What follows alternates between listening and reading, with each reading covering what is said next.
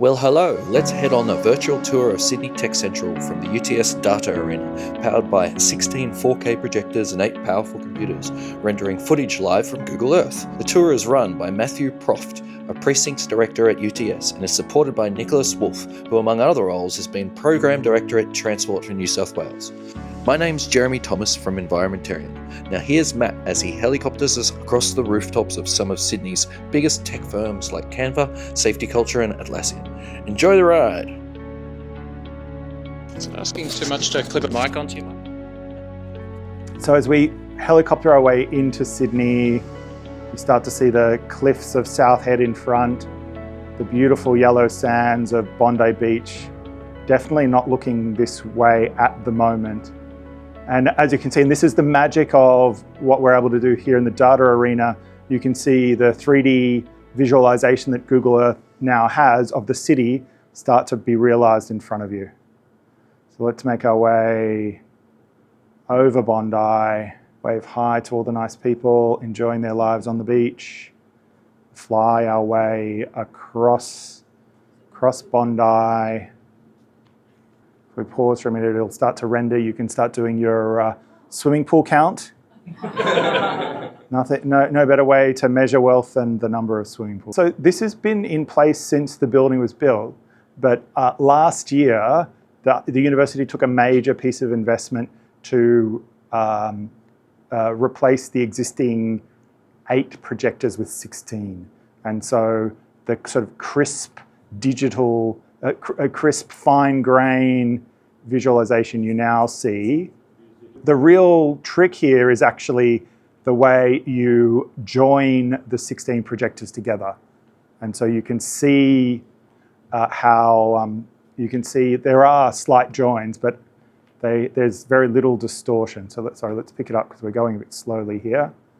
We can, a little bit like Tom Cruise in Mission Impossible 2, we can helicopter our way around the edge of the city. And we start to get a sense of the connection of Tech Central to its city.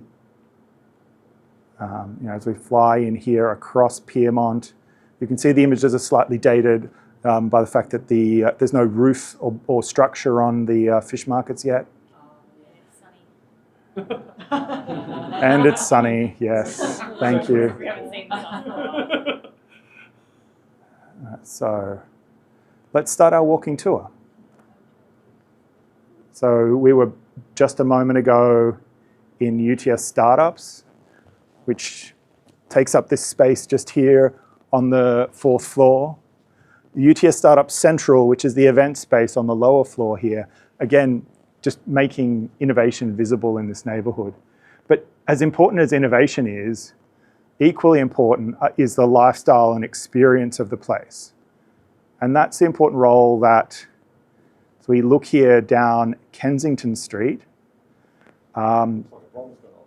It does. Hang on, we'll should just bring this around. Yeah, it will. We'll move a little bit further forward. Because again, these images are taken from the sky, so they won't resolve perfectly. But what makes Tech Central unique is that interplay. Just hold there. Yes, of course. One of the things that's worth pointing out, sorry, is over here. See the clock tower. The clock tower of Central Station is a very significant one. It was actually, when it was first built in the 1920s, it was there deliberately for tradesmen, basically to know the time. And it was, everybody looked at it. And in the work we've done around Central Station is the maintenance of this vista down Broadway particular to that in any future development. And that's one reason the Atlassian building, which is coming up behind this building on the right here, we're set back about 75 metres from it. So in all the development as a reference point in the city, it's always been a very important point. And it becomes a bit of an icon now in a sense for Tech Central itself. That's all right. And so let's fly our way along Kensington Street. And so an important part of what's emerged in this neighborhood, what you see are these gray and red roofs here, which are actually the sunshades that cover Spice Alley. Because it's those fine grain experiences, because we've been talking a lot with my friends at Atlassian around what does the workplace experience look like when they move in? And it's elements like this where you have these natural colliding places where the kind of culture of a community, both tech, innovation, but also cultural, comes together. So Spice Alley came out as a spin-off, if you like, from the major Central Park development, which is on your right. And here there were a whole pile of heritage, 1840 heritage buildings that the workers of the brewery yard that used to be here were located in. And part of the scheme was very much the heritage guys were keen that we kept the heritage buildings, the 1840s building, and then we were able to put Spice Alley in the backyards of all of these. And so for you to remember to come back is a voucher to come back to Spice Alley at another time. Thank you. Cool. All right, well, let's pull ourselves up a little bit, up through the buildings. Now we're going to make our way into Central Park, and I'm going to hand back to Nick to tell a bit of the story of how Central Park came to be. So we can fly through the middle of the buildings. And we're going to drop ourselves down into the middle of Central Park here. So Central Park was originally the Carlton United Brewery. It was sold in about 2005 to Fraser's Property Australia. And Fraser's, I worked for Fraser's at that time as the Chief Operating Officer when we bought the site. And then we did a whole master plan for the development and were criticised at the time by the residents of Chippendale of bringing the CBD to their village at Chippendale, which of course is exactly what we did. The CBD moved down. And it was done at the same time as the UTS was being developed. UTS underwent massive redevelopment between 2006 to 2015. It's primarily a residential property. It has some commercial in it, lots of residential. It has a large student housing component, particularly alongside Spice Alley.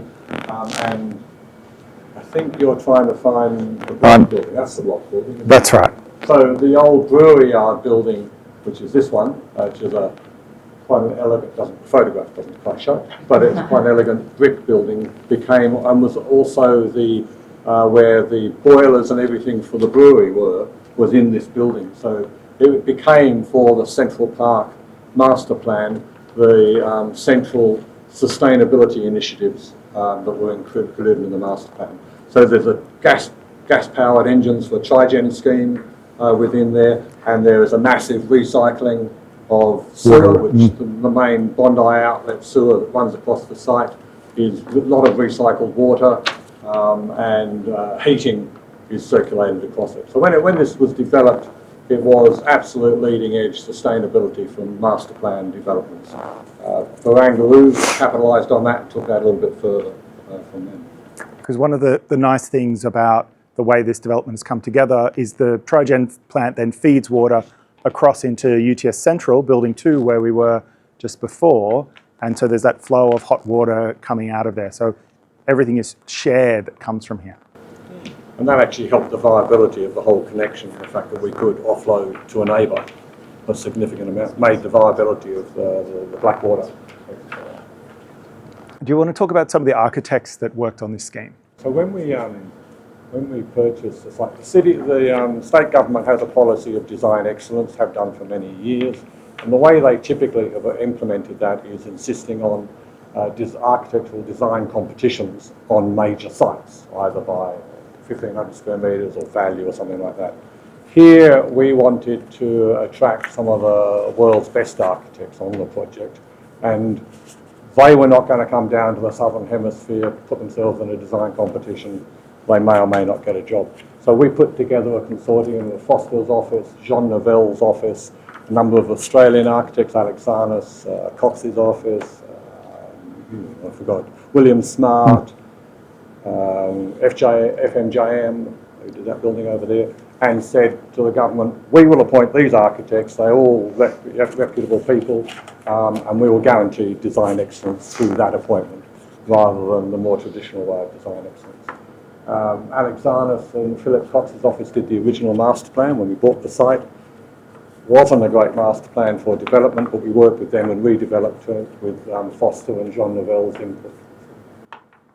Nice. Worked well. Perfect. All right, And let's... then the connection to Tech Central, of course, is the block moved into the brewery yard building. The block owns Afterpay. Afterpay.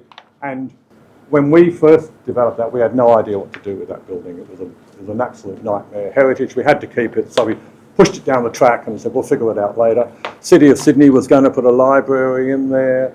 There was a hotel proposal, various proposals, never quite got off the ground until Block and Afterpay came along. And it's been an excellent use for them. And particularly what I love about what they've been able to do, and this is where I wish I could flick to some PowerPoint slides where, because it was unused for so long, it's full of all of this tagging and bits of graffiti and urban art, and they've retained so much of that through the building, so that as you move up and down through the spaces from the sort of event and collaboration spaces into the private offices, you get to still feel that longer fabric, not just of the brewery and the kilning and roasting of barley that would have happened in its initial use, but then its transient use as there were squatters in it. And that all those uses are still retained and tell part of the story of the evolving nature of this neighbourhood.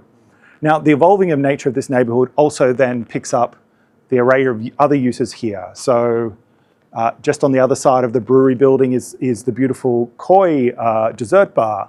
Correct. Which started in Spice Alley. Moved over there a year or so ago. In the main Central Park Mall, you've got businesses,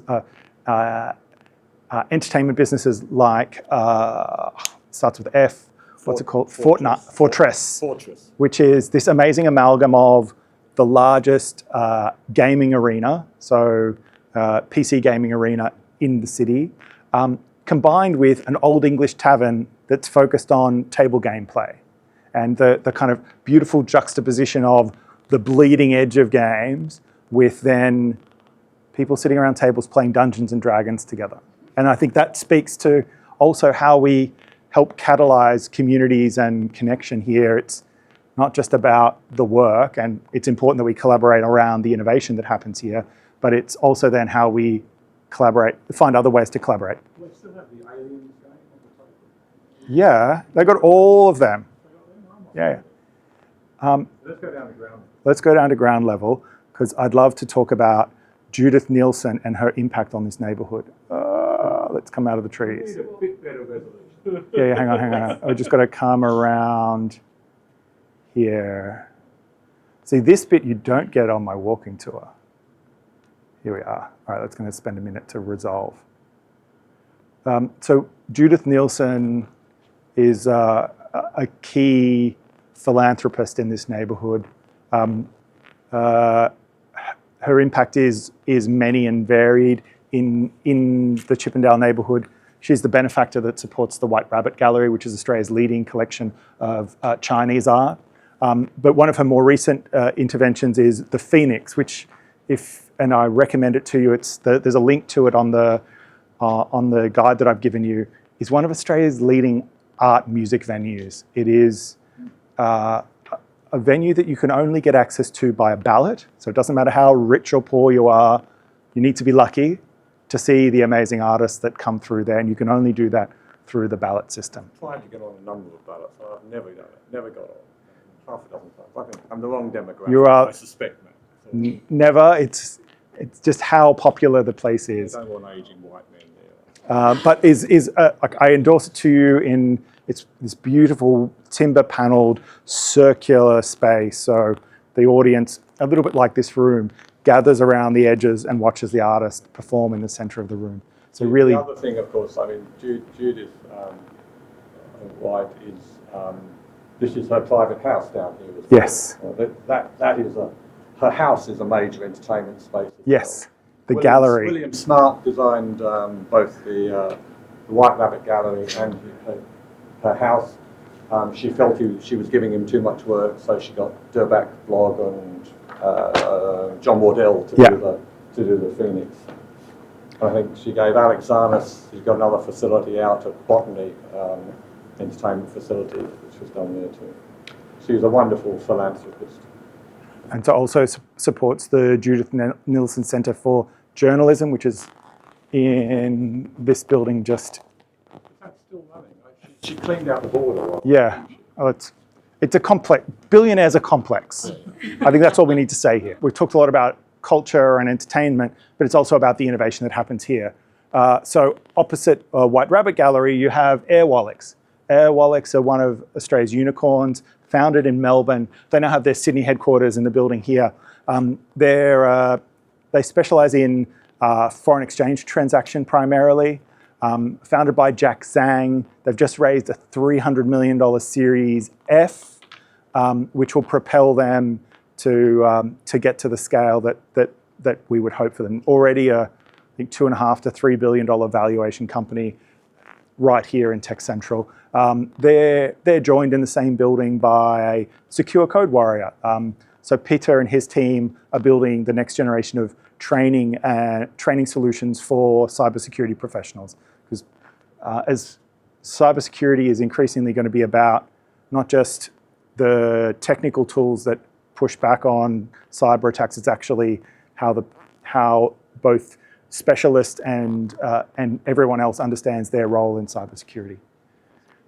So let's fly our way down here, and as we look across this way, sorry, gonna spin. Here we are. As we look straight down towards the beautiful main quad at Sydney University, the legacy, the impact of Sydney University is wide across our district. We'll run our way down to see the SBA, but an important part of the Chippendale neighbourhood is the Australian Centre for Field Robotics. The Australian Centre for Robotics has really changed the way robotics is used in large industry in Australia. I don't know if you've ever seen some of the imagery of Rio Tinto's large mining trucks driving autonomously across the Pilbara, but it's the technology developed in that building which underpins that.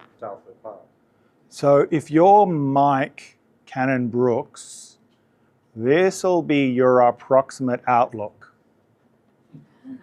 How many meters up are we? Well,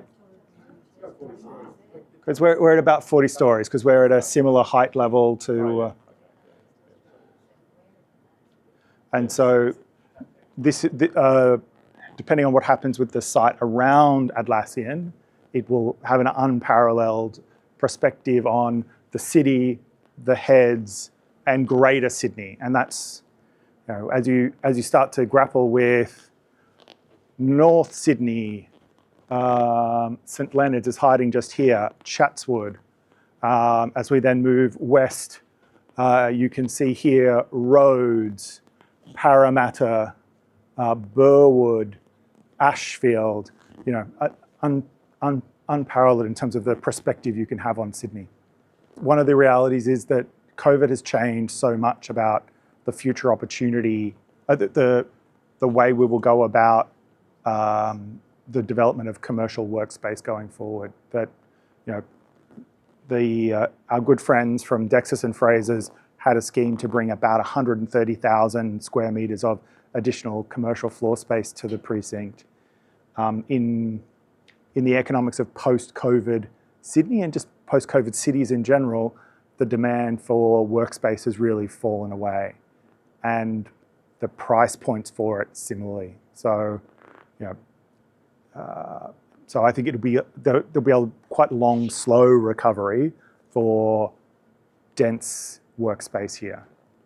But that's actually, it's been interesting to observe, and this is, I guess, then taking us into Surry Hills now, where a lower rise place is really important.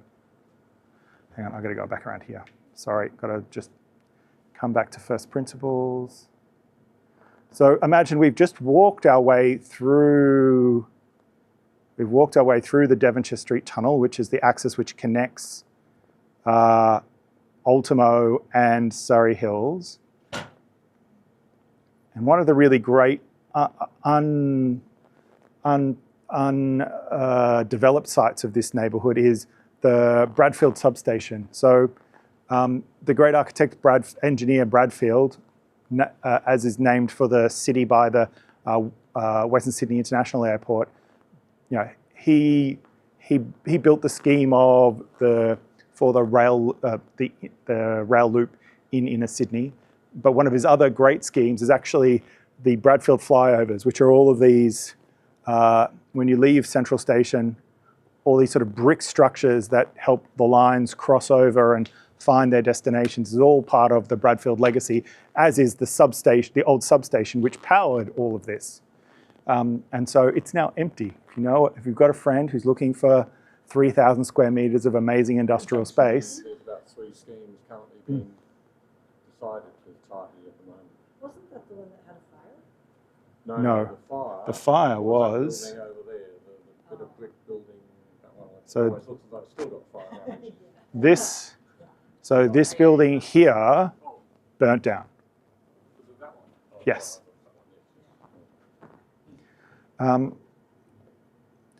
When we talk about great places of innovation, beer and drinking plays a role. I had the good fortune, like a couple of people in this room, to be at the National Health and Innovation Precincts Conference last December. And we had this amazing speaker reflecting on Cambridge. And by the end of his presentation, every great innovation that he talked about emerging out of Cambridge had a starting point in a pub somewhere in the area. And one of the beautiful things of Surry Hills is its pubs. So that fabric of where people come together, where they share, where they relax and ideate is the pub. And so this neighborhood is well served by them. My nickname for this area in front of me here is the $1 billion hillside, because here you have Australia's leading unicorns, and as well as more than half of Australia's venture capital. So as we peer our way around the neighbourhood, if we're ever looking to knock on Airtree's door, this is the door to knock on. Go and see James Cameron and the team. They're right there. Equally, every good neighbourhood needs a tribute to Harry Seidler. We have one here. Every major Australian city is marked by great Harry Seidler buildings. As we look north, we can see quite a few. But this one is the home to WooliesX. And so it's a really important demonstration of how important location and workplace is in where businesses locate particular teams. So you may know that Woolies' primary headquarters is actually in Bella Vista in the northwest of Sydney. But Woolies needed to adapt and build a technology base for their business to enable them to outcompete in what is a very competitive marketplace. If you were going to attract the best of product management, the best of dev, the best of data and data specialists, those people aren't necessarily wanting to work in Bella Vista. And so they're right here. And then we skip over. Every story needs its villain. And one of those is our friends here at News Corp. News Corp were, to give them credit, they were first to market. So the Australian and Telegraph and Daily Telegraph are all published out of the building here on Holt Street, and were kind of the first non-clothing business to move into the Surry Hills neighbourhood. The Surry Hills neighbourhood, traditionally, as you may or may not be aware, was actually the rag trading district of Sydney. So both production of clothes and more typically now more the design and retailing of clothes happens here in the neighbourhood. And as we walk around, particularly here along Kippax Street, which is this street here, we still see a lot of that activity continuing even to this day.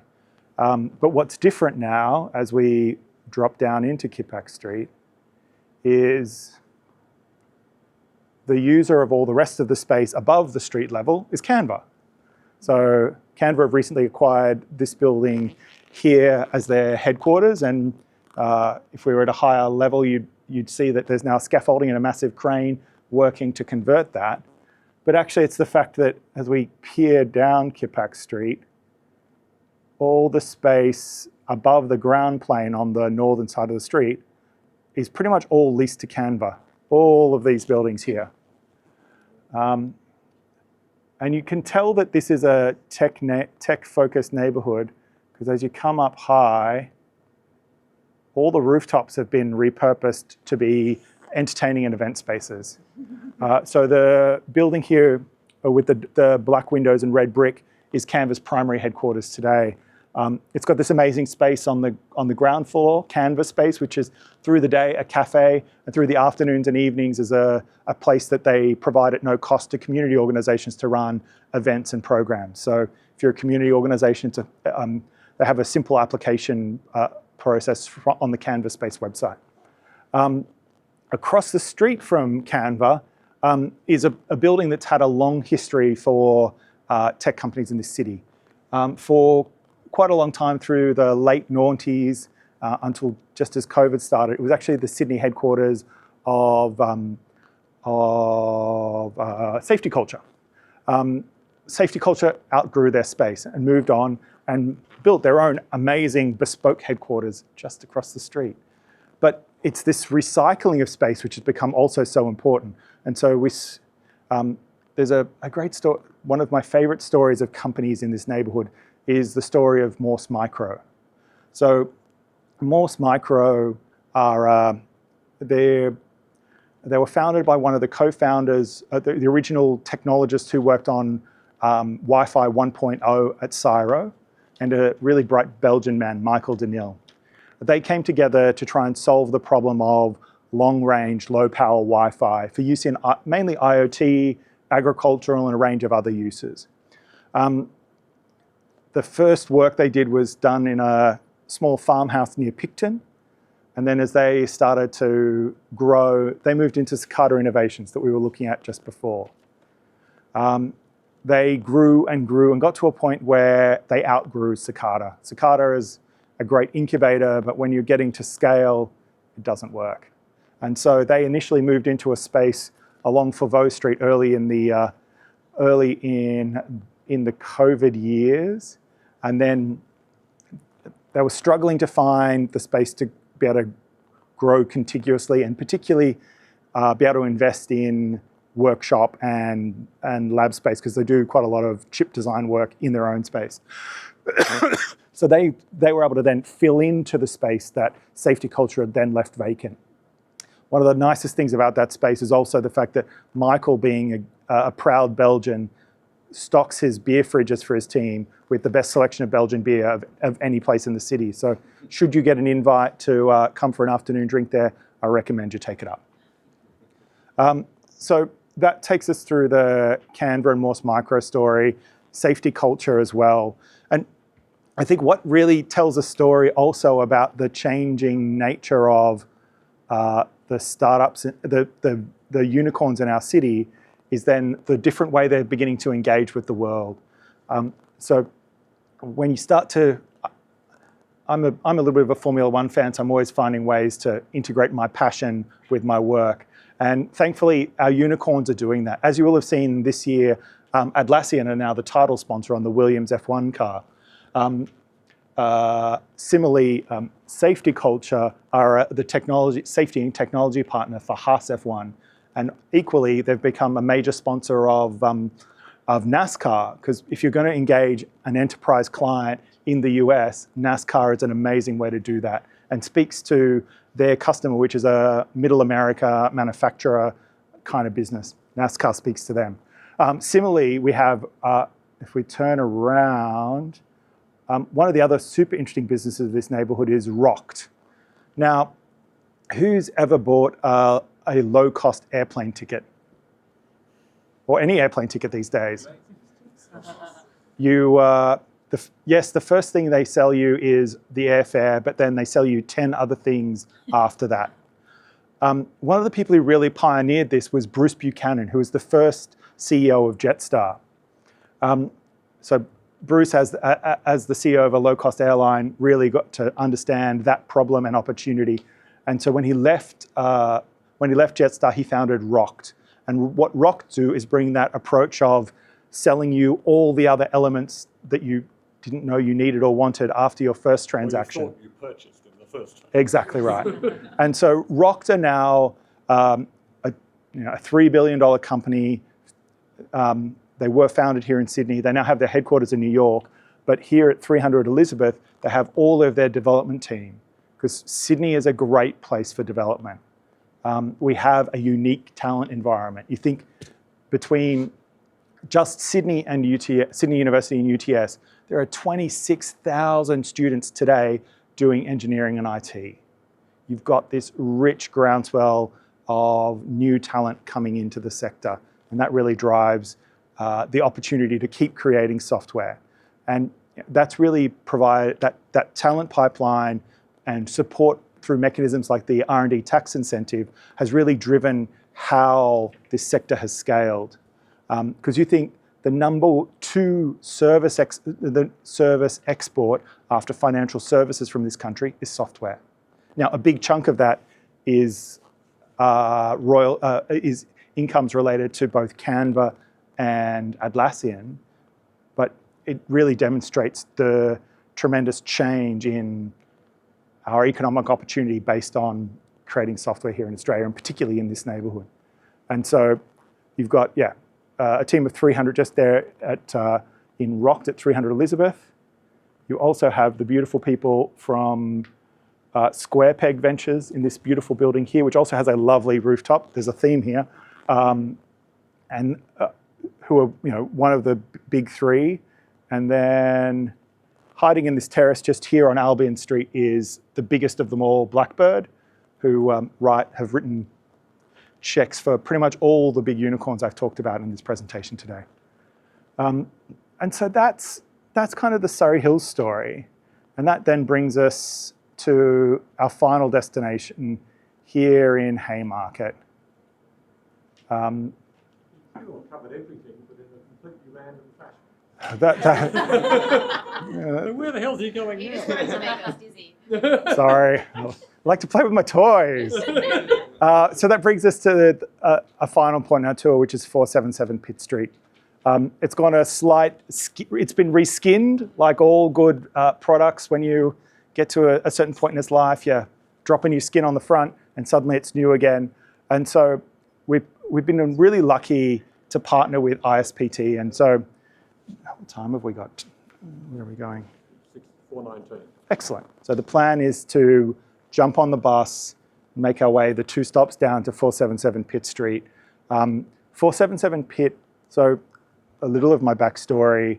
So I was in the wrong place at the wrong time about 7 years ago when David Thodey was bringing together a panel together with Scott Farquhar to explore what the opportunity was of this neighbourhood and how might we catalyse an innovation district. And so I've been, for better or worse, a bit of a custodian of this project and its stories. I don't own it, but I'm a storyteller of it. And one of the key opportunities we saw was what was the missing piece of this neighbourhood, and one of them was how might we catalyse scale-ups. Sydney in 2018, when this journey started, had really found itself a home for catalysing early stage startups, and the Sydney Startup Hub, which unfortunately closes this week, was that change point. 12,000 square metres of space that had catalysed the early stage ecosystem in our city. But there was very little in place to see us grow, to really accelerate the growth of the important middle stage of scaling up, getting companies from late seed into Series A and B investment rounds. That's the kind of trick. So we pioneered the idea of a scale-up hub, something that really spoke to how do we help the next generation of companies project that they've arrived, to have the kind of quality of space that allows them to attract and retain talent when they're competing with the likes of Atlassian or SafetyCulture, who've got beautiful new offices with rooftops and the rest. And that's where the opportunity of 477 Pitt came in, where there was an opportunity to take another lesson from the startup hub, which is you've got to pick a good landlord. Landlords can make and break opportunities. And so we were really lucky with ISPT shared our vision for this neighbourhood and the opportunity through the renewal of the building to really restate and really emphasise the opportunity for innovation and collaboration in this neighbourhood. And so as they were beginning the journey to strip out and repurpose the entire lower lobby of this building and reskin all the interior spaces, they were a willing partner to bring in a hub for scale-ups to be part of that furniture. And so you'll see when we arrive, it has this beautiful rooftop garden just here. So how might we create the spaces that are competitive? We let the landlord build them, because that was the other lesson from the Startup Hub, where the state and its partners had to cover the costs of all the common space. And that's really hard to recover when startup is a low margin business. Scale up is still a low margin business, particularly for space, particularly now when you're competing with the spare room. So got to be really effective. So what's beautiful about 477 is the rooftop.